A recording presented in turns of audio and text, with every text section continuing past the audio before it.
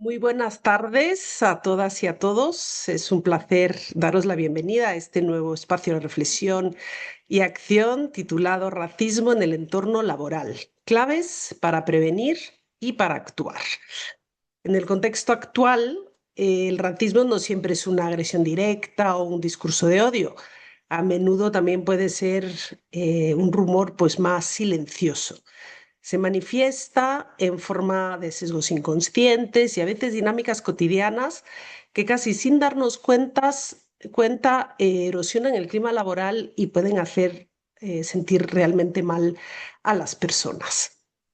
Hoy, 28 de abril, es el Día Internacional de la Seguridad y la Salud en el Trabajo. Es la fecha idónea para recordar que un entorno seguro no es solo aquel libre de riesgos o agresiones físicas, sino aquel que garantiza también la salud psicológica, la dignidad de las personas y la igualdad de oportunidades. En este sentido, abordar el racismo en el mundo del trabajo no es una opción extra, es un pilar fundamental del bienestar de las personas. Para quienes aún no me conocéis, soy Sonia Río, directora de Fundación Diversidad. Promovemos en España la Carta de la Diversidad y también coordinamos la campaña del Mes Europeo de la Diversidad, que está a punto de empezar, como cada año, durante todo el mes de mayo.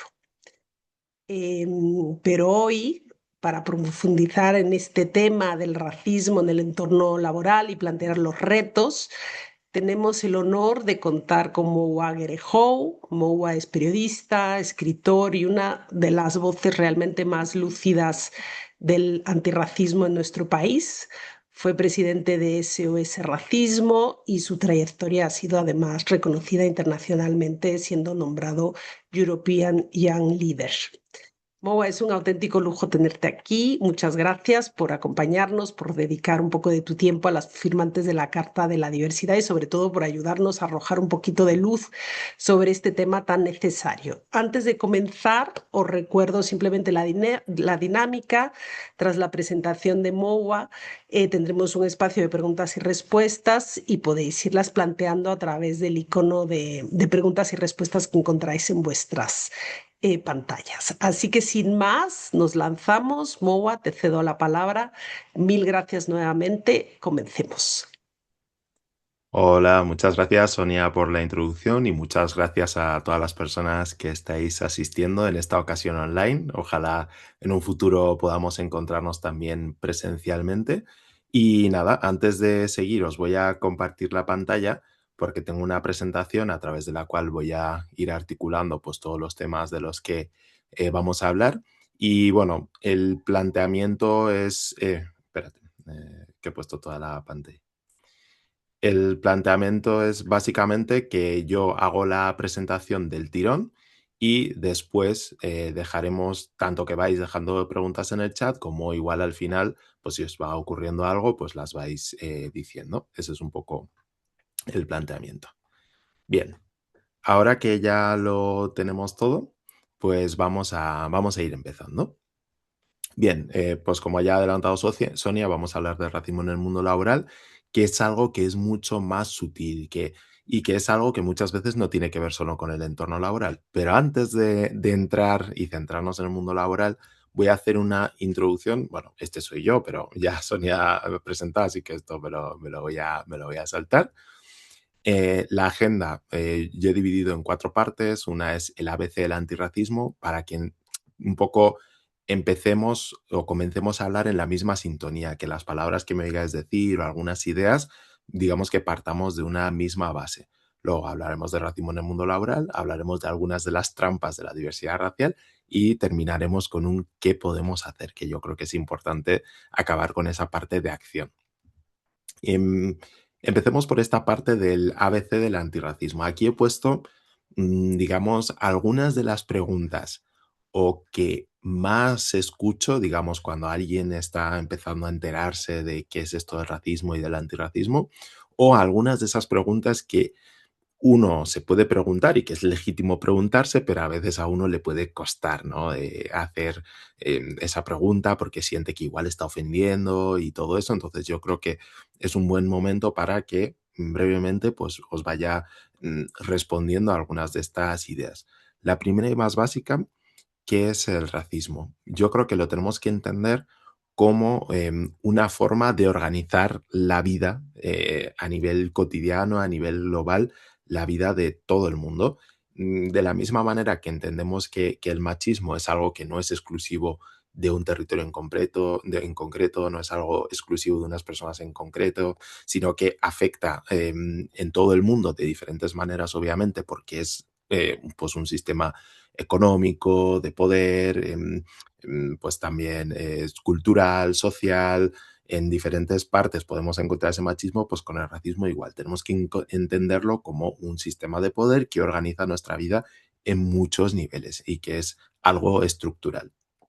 Siguiendo con esto, otra de las ideas es si son simplemente prejuicios y estereotipos. Y los prejuicios y los estereotipos forman parte del racismo. De hecho, es lo que primero nos llama la atención. A todo el mundo seguro que nos viene a la cabeza si nos preguntamos qué estereotipos hay sobre la gente negra. Todo el mundo va a pensar en, bueno, pues si jugar al baloncesto, que si me gusta el pollo, o yo qué sé, o qué estereotipos hay sobre otras poblaciones. Eso existe, pero eso es solo, digamos, una parte de lo que es el racismo, porque eso luego afecta a muchos niveles. Pues, por ejemplo, si el estereotipo es que las personas inmigrantes que alquilan pisos, pues los dejan destrozados, eso, por ejemplo, ese estereotipo luego ahonda en que el derecho a la vivienda, pues quede limitado a causa de esos prejuicios que tienen un origen racista, ¿no? Un poco para entender que la dimensión de esos prejuicios y estereotipos no se queda solo ahí, sino que tiene un impacto sobre las vidas, sobre los derechos de muchas personas. Relacionado con esto, voy hacia arriba a la derecha. ¿Qué es la diversidad racial y qué es una persona racializada? Muy posiblemente hayáis escuchado eh, persona racializada para referirse a las personas que sufren directamente las consecuencias del racismo.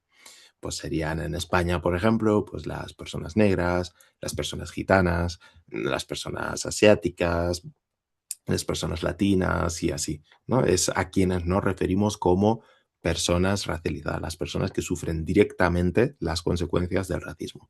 Y la diversidad racial, pues son cada una de esas identidades raciales, pues persona negra, persona latina y así todas esas identidades raciales puestas en conjunto, ¿no? España es una sociedad diversa racialmente porque todas esas identidades están presentes en la sociedad española. Luego, si soy una persona blanca, ¿esto cómo me afecta? Claro, históricamente el racismo se ha construido sobre la idea de supremacismo blanco. Esto no es algo nuevo, sino que es algo histórico.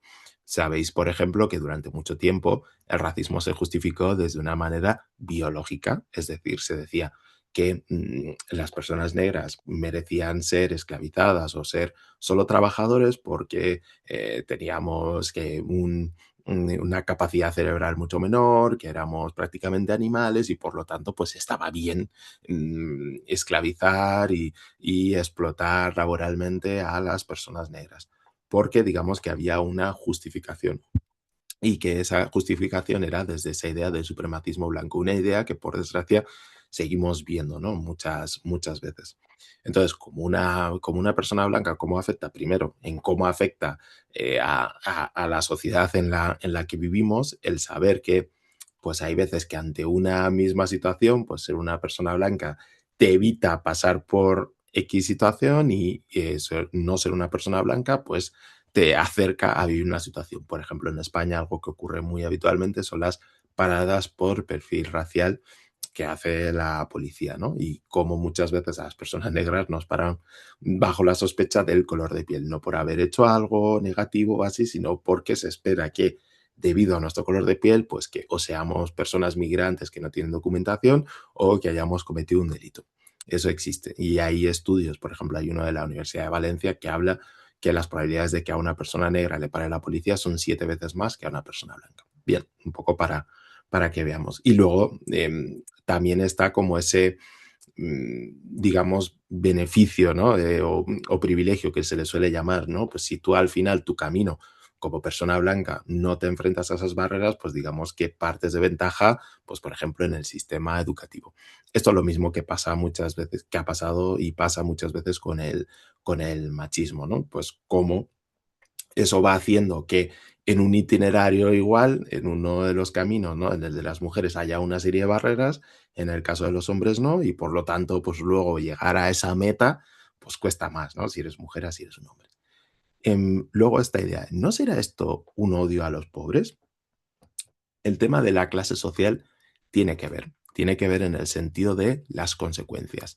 Si tú eres una persona negra, da igual que seas más rico, más pobre, al final ese racismo lo vives por tu color de piel, por tu origen y así. Ahora, otra cosa es que las consecuencias, según tu clase social, sean diferentes o no. Voy a poner un ejemplo muy mediático.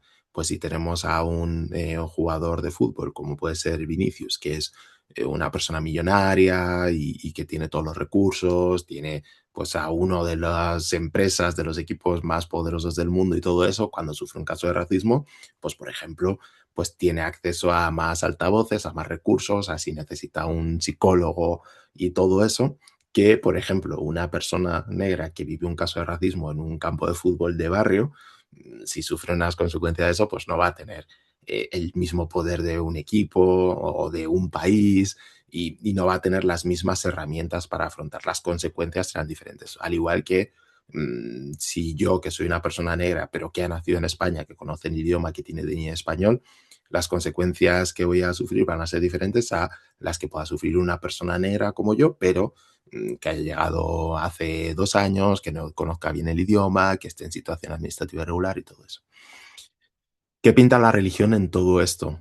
Sobre todo, ¿no? Últimamente vemos mucho el tema de la islamofobia y esto es muy interesante porque realmente, por ejemplo, si hablamos de islamofobia, está muy asociado a lo que se entiende, en lo que se habla en la sociedad como las personas moras, ¿no? Los moros. ¿Qué es eso? Pues es una identidad racial que se ha construido durante mucho tiempo y la religión se asocia mucho a esa identidad racial.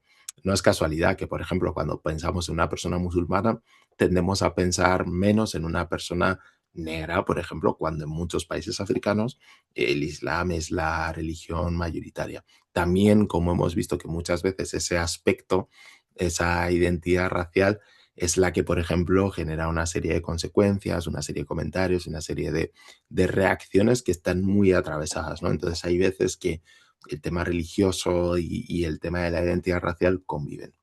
¿Y se puede hacer algo?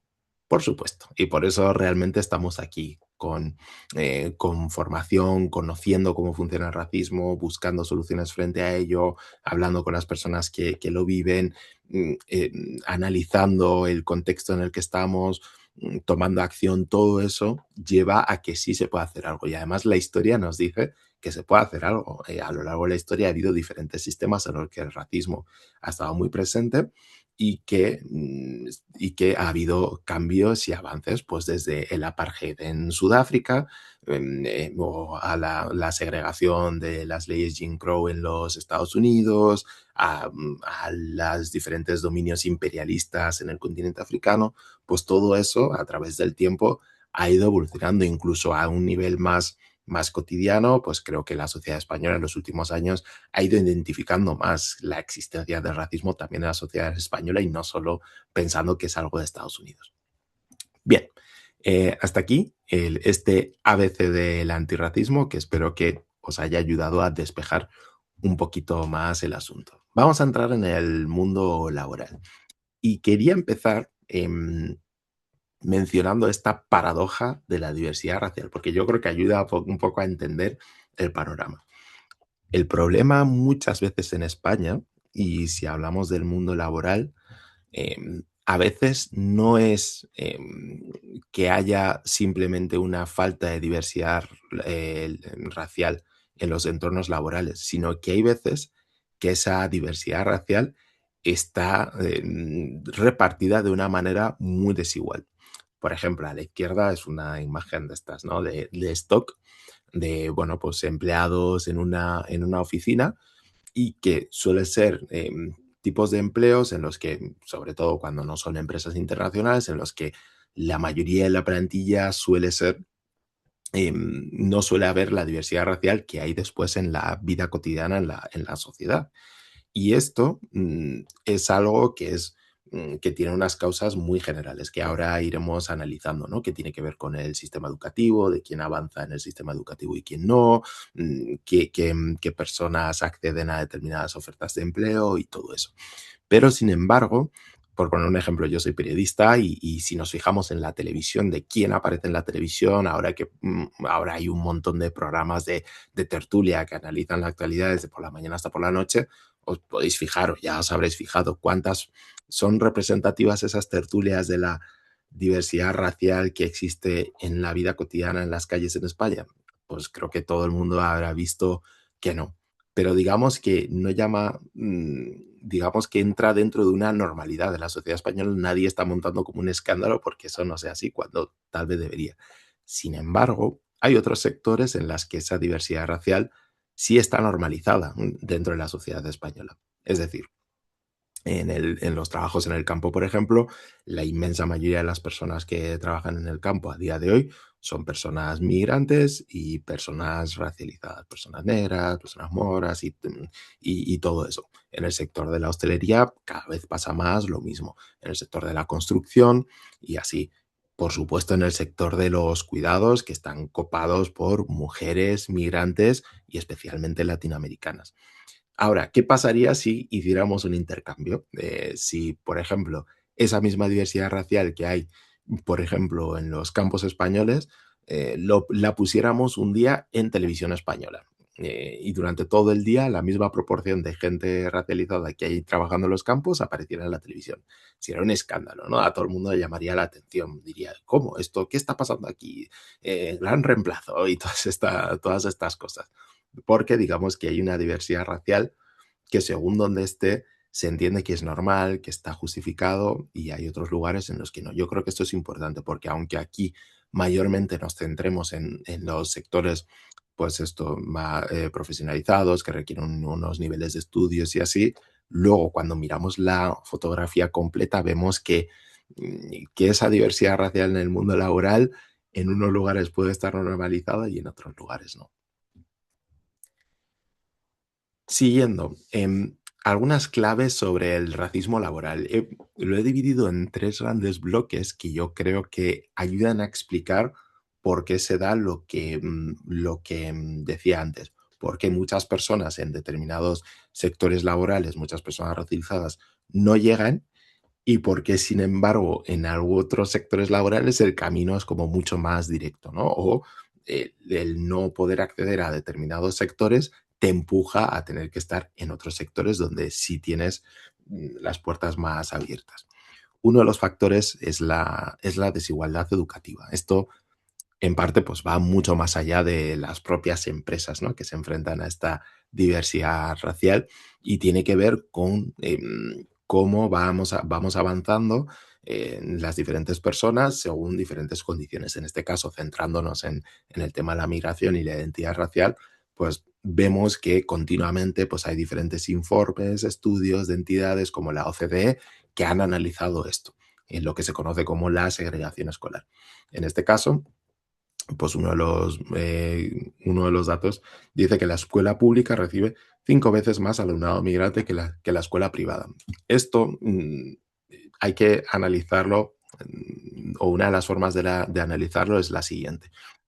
Cuando, por ejemplo, tienes alumnado migrante que viene de otro país, de otro contexto, que a veces tiene que aprender otro idioma, normalmente pues necesitas más recursos, ¿no? Para que digamos que esos alumnos pues puedan incorporarse y de alguna manera seguir el ritmo de los otros alumnos que digamos que no tienen esos condicionantes, que pueden tener otros, pero no tienen esos condicionantes en concreto.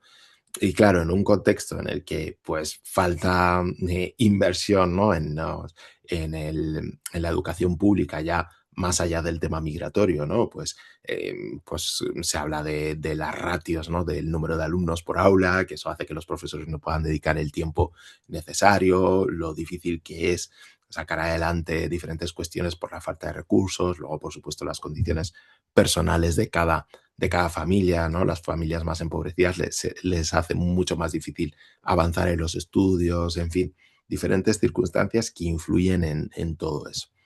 Em, Luego otro dato también de la OCDE que habla de que un 10% más de alumnos extranjeros repiten antes de los 15 años. Un poco todos estos condicionantes, pues al final hacen que, claro, que el camino sea mucho más duro, mucho más pesado y que haya más probabilidades de que te quedes por el camino, ¿no? Ya sea repitiendo o a veces ni siquiera terminando los estudios. Y por otro lado, pues claro, más específicamente, pues en determinadas materias, en determinadas áreas, como puede ser pues los niveles básicos de lectura, matemáticas y ciencias, pues hay una disparidad, ¿no? Entre el alumnado migrante y el alumnado español, por condiciones como el idioma, la situación económica en la familia, el no tener acceso a refuerzos, en fin, todas esas circunstancias que hacen que pues sobre todo en el sistema público, que busca que todo el mundo pueda tener una igualdad de oportunidades, pero a veces pues esa falta de inversión, esa falta de recursos, lo complicado que lo tienen muchos profesores, pues hace que no le puedan dedicar el tiempo, no puedan hacer que esa igualdad de oportunidades pueda ser efectiva. Otro aspecto que influye mucho en el racismo laboral, que es imprescindible, es la ley de extranjería, ¿no? La ley de extranjería es la ley que regula las migraciones en España y que esto está anclado bajo el marco de la Unión Europea, en el caso de España. Pues bien, ¿qué ocurre? Que tenemos un sistema de migración que te dice, bueno, pues tú has llegado aquí, estás en situación administrativa irregular, es decir, lo que se conoce como no tienes papeles. ¿Quieres tener papeles? Pues no hay problema, ¿no? Esto es lo que te dice el sistema, no hay problema, pero tienes que estar 2 o 3 años sin papeles para poder optar a tener los papeles. ¿Qué pasa?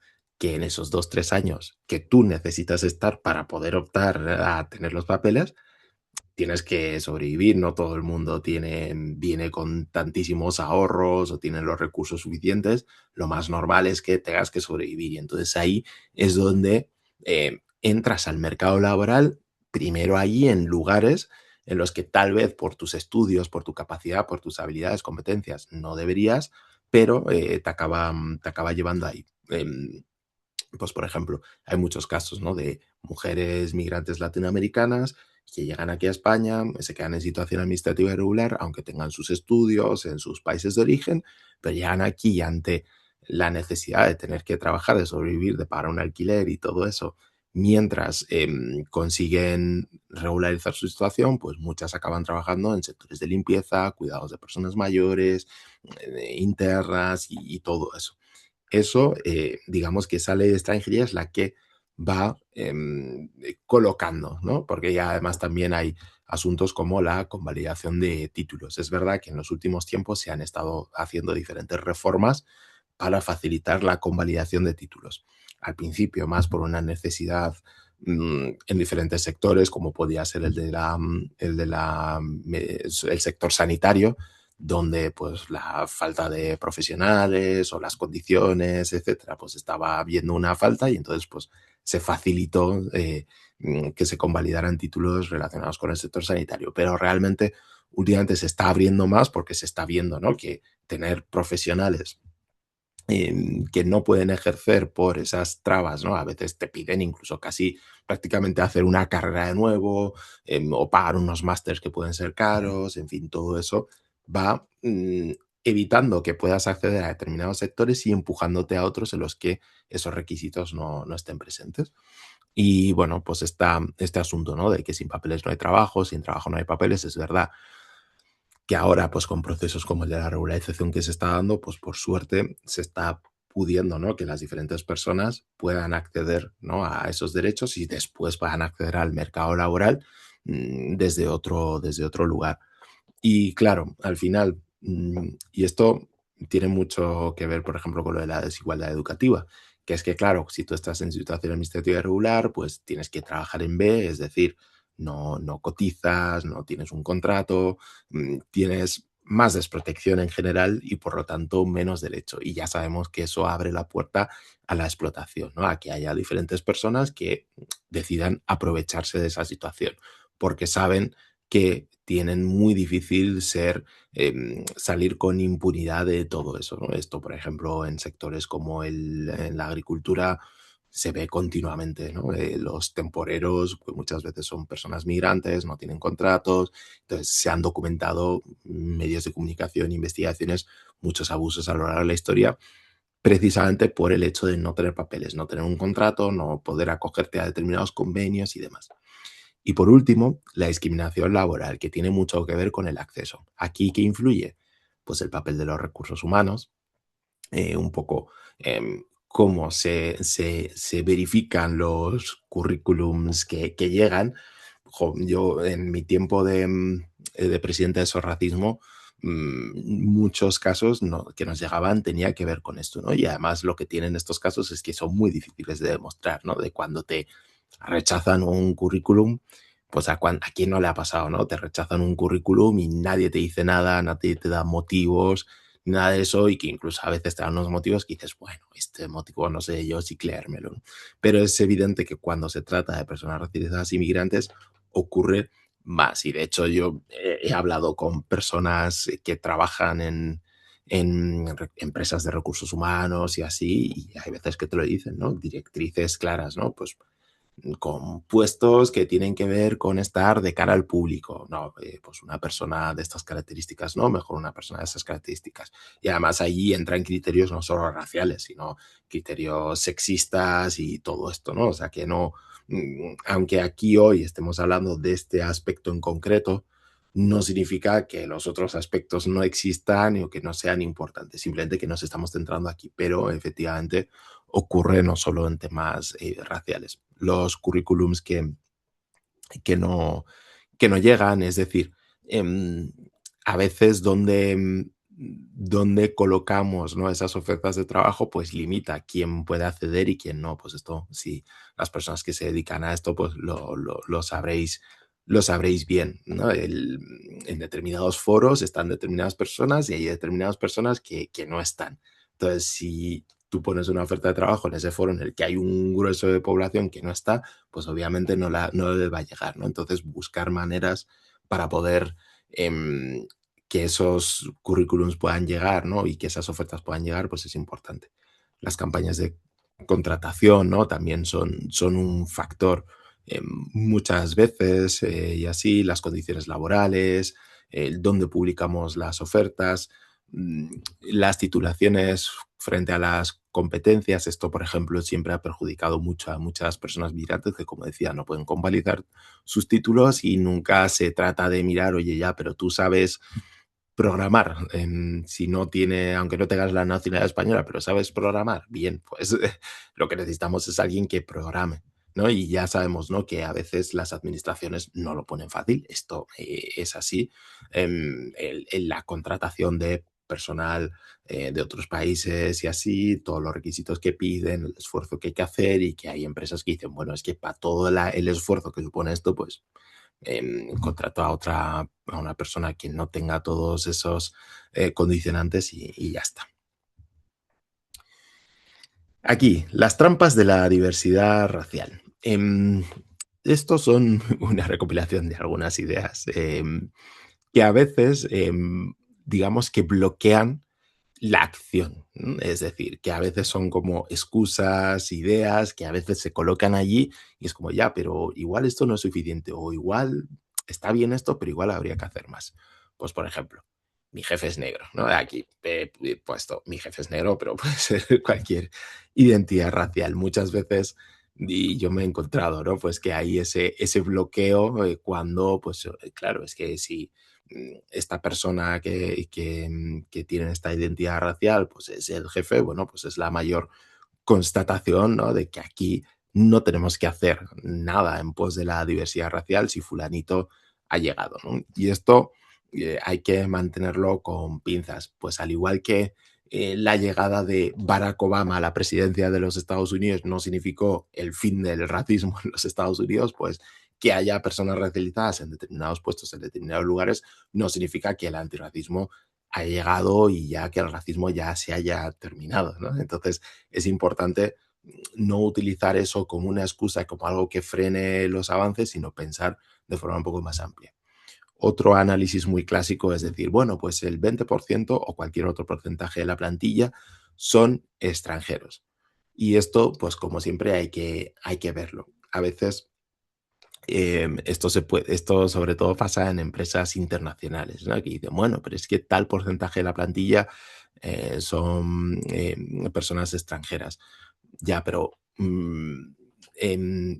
¿de dónde, o sea, de dónde es que vienen, de qué países vienen, en qué sectores están, en qué parte de la plantilla están? Que esto es importantísimo. Claro, el 20% son extranjeros, pero resulta que las personas migrantes son las personas que trabajan en la limpieza, en la seguridad, en la cocina, no sé, digamos que en esos puestos, digamos, más bajos dentro de la plantilla, pero si vas escalando en las diferentes esferas de la empresa, pues vas viendo que esa diversidad racial va desapareciendo, ¿no? Y hasta que, por supuesto, llegas a los puestos directivos y no existe. Yo creo que eso también es importante ver, no solo ver las cifras, sino analizar y contextualizar bien esas cifras. Luego, ya hay una persona encargada de estos temas.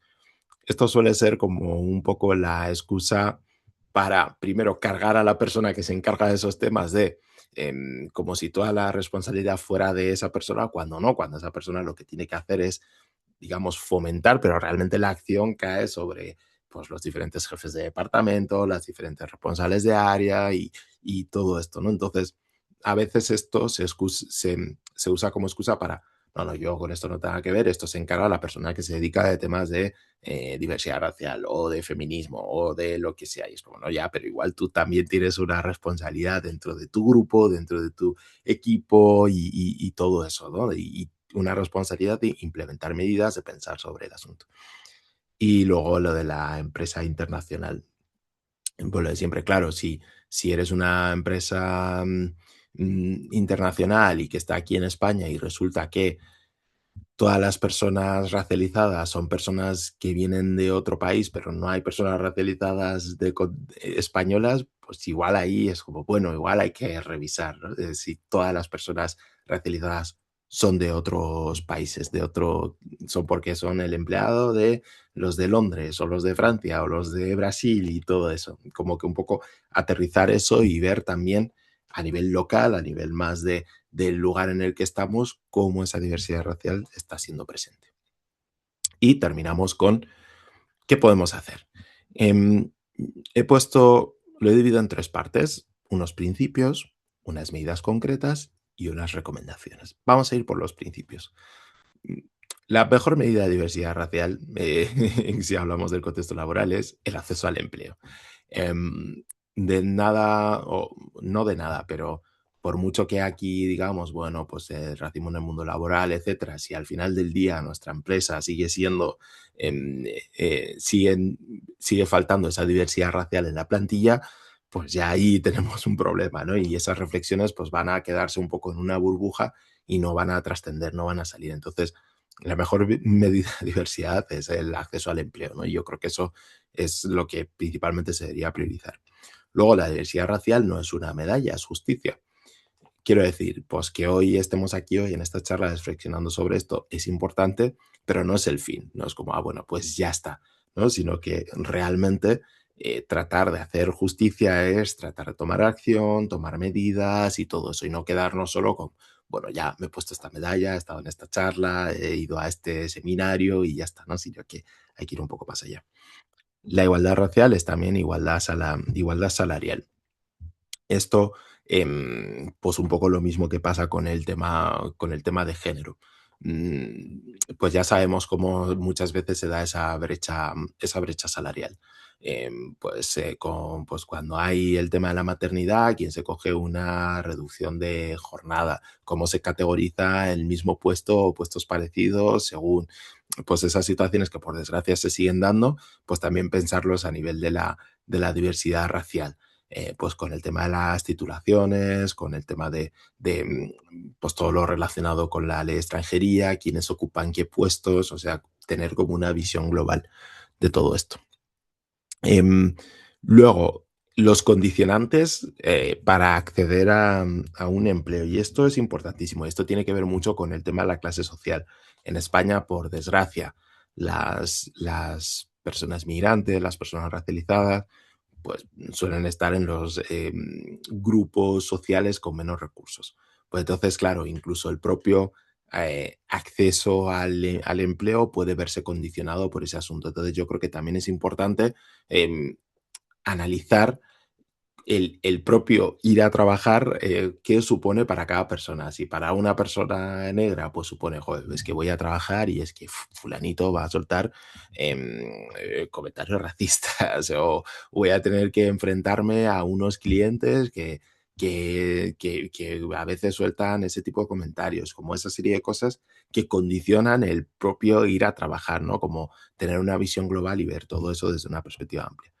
Y luego, pues que la inclusión es también espacios de poder, de decisión y de poder. Pues un poco lo que comentábamos antes, si al final solo estamos las personas racializadas, las personas migrantes, solo pues en lugares donde no se toma ninguna decisión, no hay un poder real, pues poco se va a poder avanzar. Medidas concretas, recursos económicos y humanos para trabajar la diversidad racial, esto sin recursos, sin pasta, no se va a ir a mucho lugar, porque eso va a recaer mucho en temas de voluntariado y todo eso, y cuando estás en un contexto laboral, pues ese trabajo extra, pues se tiene que remunerar, ¿no? Y todo eso, que a veces uno se encuentra con eso, con que de repente sí, vamos a trabajar la diversidad racial, pero no hay nada de presupuesto y lo tienes que hacer en tu tiempo libre. Bueno, pues así es complicado. La formación antirracista continua.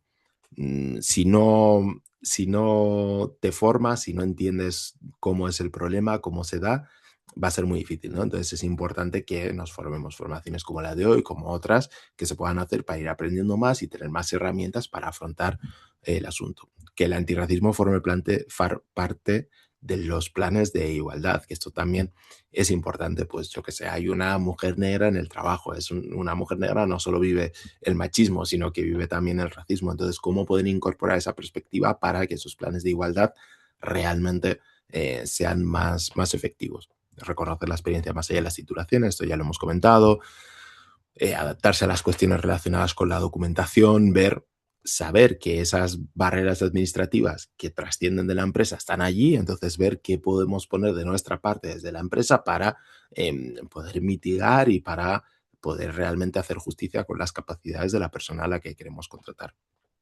Crear protocolos contra el racismo. No pensar que pues cuando se dé una situación de racismo ya vemos cómo hacer, sino que eso tiene que estar en un protocolo. Por ejemplo, ¿qué pasa cuando se da una situación de racismo en la que quien hace los comentarios racistas o tiene las actuaciones racistas es un jefe sobre una persona subordinada? Claro, para esa persona subordinada es muy difícil, pues yo qué sé, ir y denunciar a tu jefe directo. Pues para eso existen los protocolos, para decir, oye, pues mira, pues si pasa una situación de estas de racismo, pues existe este buzón, existe este grupo independiente de la jefatura que es quien va a analizar, se toman esa serie de mecanismos de medidas para que se pueda actuar con justicia en cada uno de estos casos y contactar con expertos y entidades para saber cómo hacerlo. Esto es imprescindible, no sabemos todo y a veces pues tirar desde la Fundación Diversidad a cualquier otra entidad o personas expertas pues nos puede ayudar en ese proceso. Y algunas recomendaciones. La estrategia antirracista 2026-2030 de la Unión Europea, donde hay algunas claves sobre el mundo del empleo. Un informe de McKinsey que habla de cómo las empresas plurales, han entendido la pluralidad a nivel diversidad racial, pues aumentan las probabilidades de tener mejores resultados económicos. En España, hace un par de años, el Ministerio de Migraciones hizo un estudio, bueno, un informe sobre el impacto económico y la discriminación laboral educativa y que para a nivel del PIB es importante, ¿no? Entonces, como que realmente incluso a nivel económico no es rentable. Y luego hay un informe que es informe de aproximación a la población afrodescendiente en España que encuesta a diferentes personas afrodescendientes sobre diferentes realidades y una de las realidades es la realidad laboral. Y es importante también ahí em, entender y escuchar cuál es la percepción de diferentes personas afrodescendientes. Y ahí se habla, ¿no? De, oye, pues te has sentido que has sido excluido de procesos laborales por tu identidad racial. Sí, pues era un porcentaje abrumador, ¿no? Entonces, como que eso también nos ayuda a entender. Y el tema de la inteligencia artificial, que esto viene ya, ¿no? Cada vez está más presente y entender que muchas veces la inteligencia artificial se basa en los patrones que se han ido dando a lo largo de la historia y que muchas veces esos patrones están atravesados por el racismo, por el machismo, por la homofobia y todo eso. Entonces, como que a veces no pensar que la IA es infalible, esto aplicado ya a cualquier parte, ¿no? Pero en este caso en concreto, no pensar que la IA es infalible, que tiene también sus sesgos y que por lo tanto a veces dejar decisiones en manos de esto, pues puede llevar hacia decisiones que sean discriminatorias, en este caso a nivel racial. Bien, hasta aquí. Luego, si tengo aquí una serie de preguntas, por si, por lo que fuera, no en el chat, pues os costara un poco y así, pero bueno, confío en que de alguna manera tengáis dudas o comentarios sobre alguno de los temas, de cómo lo tratáis y así. Vale, pues hasta aquí, voy a dejar de compartir. Estupendo, Mowa. No te Bien, veo. Está tu pantalla como Sonia, en pues no te negro. estoy escuchando, no sé si soy solo yo. Hola, Mowa, ahora ya te veo. ¿No me oyes? Hola, Mowa. ¿No me oyes? A ver, ¿no me oyes?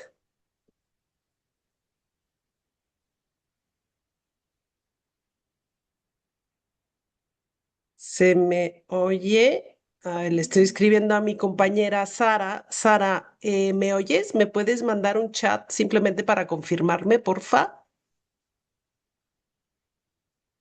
Se me oye. Bueno, Mowa, eres tú el... A ver, a mí sí se me oye, a Ahora, ti. Ahora, ¿ya me ujú, oyes? Ya, sí. vale, estupendo. Moa, pues nada, estaba diciendo que muchas gracias, creo que nos diste como un plano muy amplio. Creo que bueno, me parece importante pues tu planteamiento en el sentido de que no es un tema solo del mundo del trabajo, sino que eso es Ujú. una parte, pero que bueno, el tema del racismo pues es estructural y pues cada ámbito de la vida pues tiene un papel, ¿no? Y qué podemos hacer como en el mundo laboral, que es un poco lo que estamos planteando en este seminario, entendiendo que no vamos a poder resolver todo. En relación a las preguntas, yo a veces, bueno, pues recibo como dudas de empresas, etcétera. Como sabes, el tema en España se trabaja mucho el tema de género, la inclusión de personas con discapacidad. Ahora hay una ley LGBTI, entonces ahí pues ya pues hay planes, formaciones, etcétera.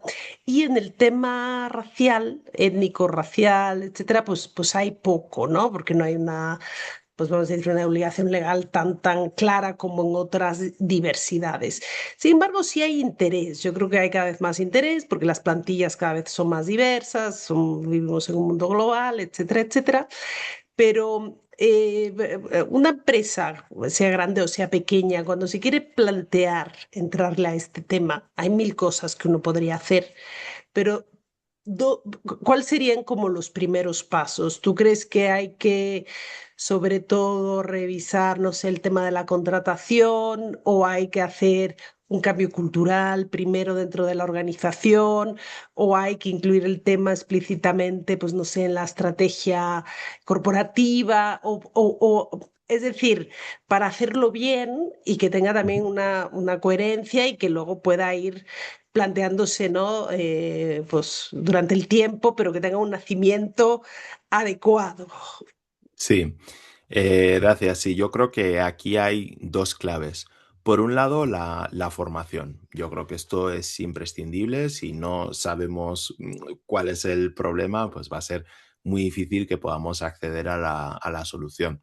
Y también esa formación, y yo creo que a medida que vamos centrándonos más en el asunto, pues nos va llevando a conectar con otras entidades, con otras empresas que puedan haber emprendido ese camino, que lleven un tiempo recorrido y de lo que podamos aprender. Así que yo creo que es imprescindible tener esa mente abierta y tener ese deseo de formarse, ¿no? E ir incorporándolo. Tanto, y no excluir a nadie de ese proceso de formación, desde los puestos más directivos hasta los puestos de plantilla, que todo el mundo entre dentro de esa formación. Y yo creo que otro punto imprescindible es el analizar la situación y verlo sobre todo con datos. Al final, si queremos actuar, si queremos colocar unos indicadores que vayan diciendo cómo vamos avanzando en todo eso, primero tenemos que hacer un análisis, es decir, oye, pues vamos a ver cómo es nuestra plantilla en temas de diversidad racial.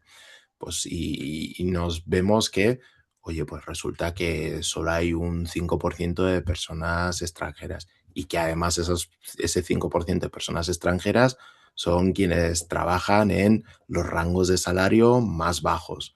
Bueno, pues ahí ya, de ahí con esos datos, tú ya puedes coger y tomar una estrategia y decir, ah, pues mira, pues teniendo estos datos y queriendo llegar aquí, pues de aquí a un año, de aquí a dos o lo que sea, ¿no? Según analizando las capacidades de cada lugar, pues ir diciendo, bueno, pues para aquí voy a tomar estas medidas. Oye, pues mira, pues ahora si tenemos una siguiente puesto de empleo que se abra, pues oye, voy a hablar con estas entidades que forman a personas migrantes en este ámbito en el que yo trabajo y voy a ver si conseguimos encontrar a alguien que cumpla con las capacidades que estoy pidiendo, obviamente, porque el criterio va a seguir siendo un criterio laboral, es decir, puedes hacer este trabajo y lo haces bien, si no puedes hacer este trabajo y lo haces bien, no, independientemente de lo que seas, pero que se tenga en cuenta después esa perspectiva de decir, oye, pues bueno, pues vamos a intentar hacer esa labor de justicia. Entonces yo creo que los datos son imprescindibles para que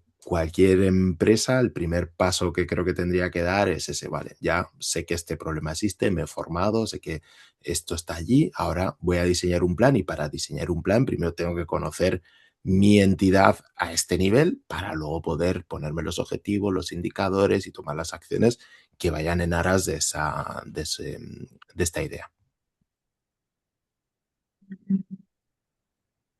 El tema de los datos es muy importante, como bien dices, si no sabes qué población tienes racializada, dónde están, etcétera, pues es difícil plantear ninguna política. Justo la semana pasada estuvimos en La Haya en un grupo como de expertos para generar información sobre diversidad, equidad e inclusión, ¿no? Y ahí pues siempre surge el tema de cómo preguntar. Porque tú Claro. piensas que una empresa chiquita, pues todos nos conocemos, y igual pues podemos imaginar pues quiénes son racializados y quiénes no, Ujú. pero una empresa grande que tiene oficinas pues en todo el país, que tiene miles de trabajadores, que quiere plantear realmente una política en el tema racial, etcétera, pues como que ahí entra como siempre así un poco en un bloqueo. ¿No? Sí. Es que no se puede preguntar, es que voy a meter la pata, es que como pregunto quiénes son las personas racializadas, por ejemplo, la gente de Rumanía la incluyo, vamos a decir, como los del este de Europa, o es un tema solo de tono de piel. Entonces, todo este tema, ¿cómo podemos quitarles esa ansiedad y miedo a profundizar pues en eso, en conocer la plantilla, cómo está compuesta, para poder luego plantear políticas? Sí, yo creo que el miedo se quita pensando. Pues, por ejemplo, los datos relacionados con el género, mm, claro, se toman esos datos con la idea de acabar con las discriminaciones y por eso se recogen esos datos. Que obviamente pueda existir gente que quiera utilizar esos datos de forma negativa, pues ese riesgo siempre va a estar, pero no tiene que ser la excusa para no hacerlo. Y yo creo que con el tema de la diversidad racial es lo mismo. Ahora bien, hay que saber cómo hacerlo. Yo creo que un elemento imprescindible es allí conocer la realidad de las diferentes comunidades, pues en el caso de España, pues de España. Pues por ejemplo, oye, hablo con una entidad gitana, pues yo qué sé, con Fundación Secretariado Gitano y les pregunto, oye, vosotros que trabajáis este asunto desde hace muchísimo tiempo, cómo definís pues a la comunidad, al pueblo gitano, ¿no? En las comunicaciones, cuando en el ámbito institucional y todo esto, sabiendo que habrán llegado, ¿no?, a un consenso después de mucho tiempo, de mucha población para llegar ahí.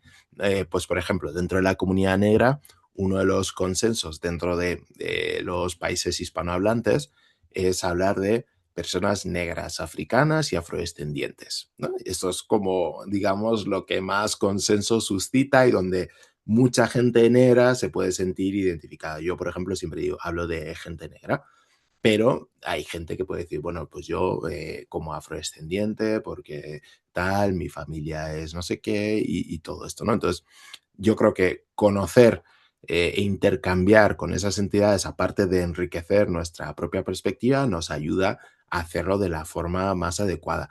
Y luego también, como pasa con todo, pues si se pasa una encuesta, la gente siempre tiene derecho a no rellenarla. Es decir, que mucha gente lo verá adecuado y dirá, oye, pues sí, pero si hay una persona que, oye, yo no quiero rellenar, nadie está obligado nunca a rellenarlo y por lo tanto, pues contar con eso, que con lo que se tenga se trabajará. Obviamente, si se genera una cultura en la que se incide en la importancia de hablar este tema, de tratarlo, que estos datos se van a tratar con unos fines positivos y todo eso. Para eso se necesita pedagogía, pero en algún momento hay que empezar. Pero yo diría que adelante porque en todos los casos los beneficios van a ser mayores que digamos, las pérdidas, ¿no? Entre comillas. Los riesgos. Sí, yo creo que yo también suelo, cuando me preguntan decir, pues la encuesta pues se puede plantear de forma anónima, para empezar, que la gente no tenga que dar sus datos.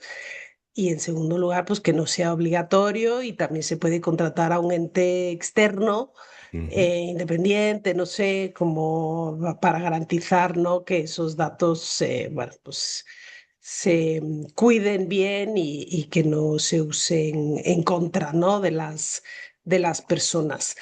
ujú, Hemos hablado mucho del tema, bueno, pues empresa, ¿no? Lo que se puede hacer y demás. Vamos terminando y a mí me gustaría tener también un mensaje un poco pues a título personal, ¿no? Que ujú. todos trabajamos en empresas o en instituciones o vamos al trabajo todos los días, etcétera.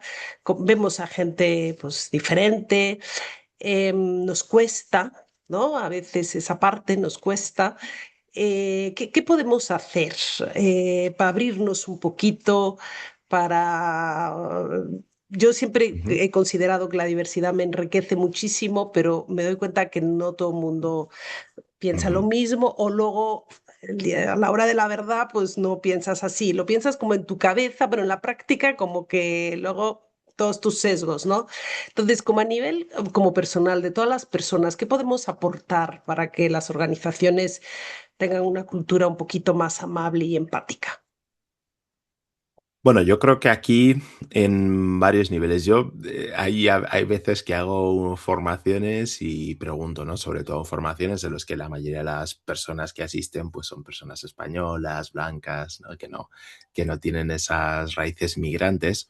Yo siempre pregunto, bueno, ¿y con cuántas personas migrantes o racializadas te relacionas desde un punto de vista de igualdad, no desde pues la persona que te atiende en el supermercado o que trabaja limpiando, lo que sea, no, desde un lugar de comparto mi vida, ¿no? Y quedo a tomar algo y hablo de, pues me ha pasado esto, lo otro, y la otra persona me cuenta, me ha pasado esto, lo otro. Y es sorprendente la cantidad de veces que cuesta, ¿no? A mucha gente, "Uy, pues ahora que lo dices, es verdad". Y yo creo que ahí es precisamente uno de los puntos en los que más podemos hacer.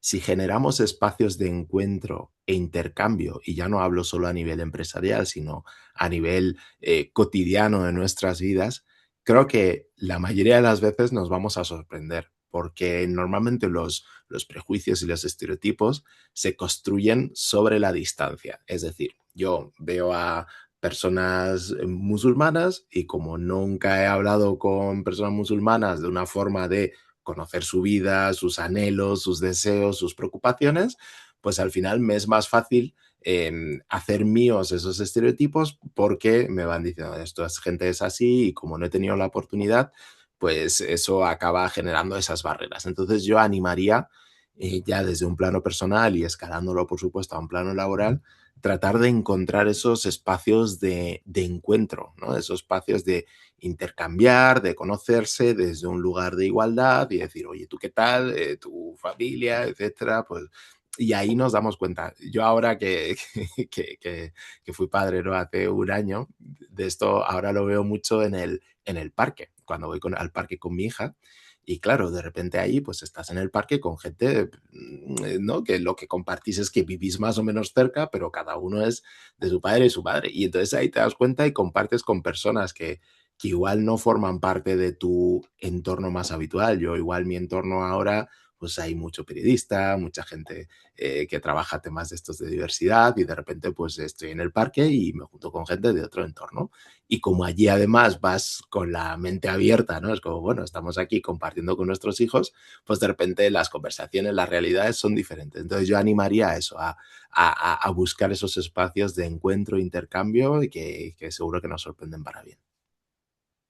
Pues muy bien, pues me parece que es un gran final, Mowa. Ujú. Muchísimas gracias por dedicar tu expertise, tu tiempo.